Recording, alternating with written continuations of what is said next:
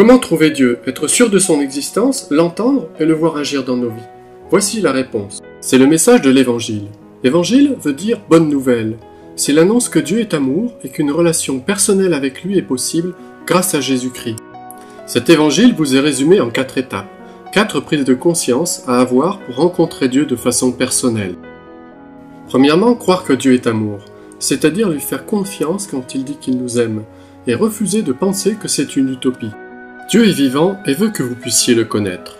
Il sait que la vie sur terre est dure. Il ne nous promet pas d'enlever de nos vies les difficultés ou les souffrances, mais il nous dit « Venez à moi, vous tous qui êtes fatigués et chargés, et je vous donnerai du repos.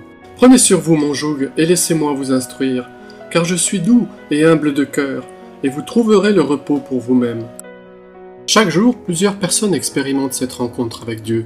J'ai été saisie. D'un coup, j'ai senti cet amour de Dieu m'inonder. Mais ça rentrait. Ça me pénétrait, mais je ne sais pas comment l'expliquer, mais de la tête aux pieds. Si Dieu nous aime, alors pourquoi ne voyons-nous pas son amour se manifester envers nous de façon évidente? À cause d'un obstacle qui nous sépare naturellement de Dieu. C'est la deuxième prise de conscience à avoir. Ce que la Bible appelle le péché nous coupe de Dieu. Le péché, dans la Bible, désigne le mal qui est en nous, c'est-à-dire notre égoïsme, notre orgueil, nos pensées méchantes, et aussi notre volonté de mener notre vie sans Dieu. Ce péché crée la distance que nous ressentons entre Dieu et nous, car Dieu n'a pas de péché en lui. Ses pensées et ses sentiments sont purs, et il ne peut cohabiter avec le mal. Le prophète Ésaïe a dit « Ce sont vos fautes qui mettent une séparation entre vous et votre Dieu. » Le péché est comme un cancer qui conduit à la mort et nous amène à être éternellement séparés de Dieu si nous n'y faisons rien. Mais Dieu nous aime profondément et veut nous délivrer de nous-mêmes. Il l'a fait il y a bien longtemps en envoyant Jésus-Christ, son Fils, prendre nos fautes sur lui pour nous en délivrer. C'est la troisième étape à réaliser. Croire que Jésus est celui qui nous libère du péché et nous permet de rencontrer Dieu.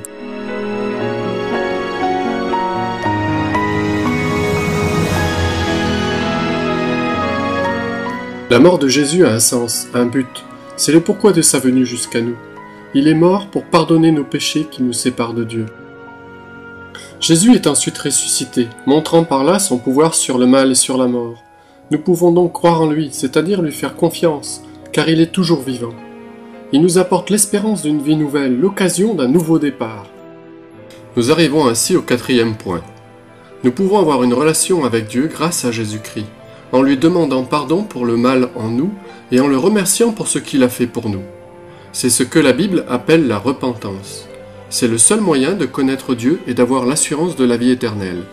Jésus veut apporter un sens à notre vie, mais il nous appelle à changer de vie pour pouvoir le rencontrer.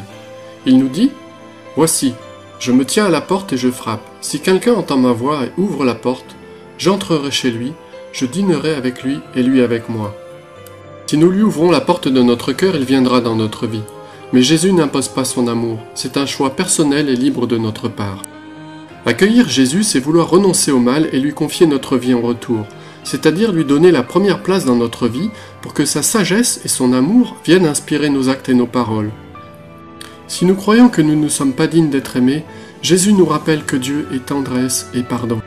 Voulez-vous rencontrer Dieu et expérimenter son amour? C'est possible. Cela se fait par la prière. Prier, c'est tout simplement parler à Dieu avec sincérité et honnêteté. Voici un exemple de prière que vous pouvez faire chez vous devant Dieu. Vous pouvez aussi vous en inspirer et utiliser vos propres mots. Jésus, merci d'avoir donné ta vie pour moi, d'être mort sur une croix pour mes péchés. Je reconnais que jusqu'à présent j'ai dirigé ma vie sans toi, mais je veux changer de vie, vivre avec toi et te suivre toujours. Pardonne mes péchés et guéris-moi.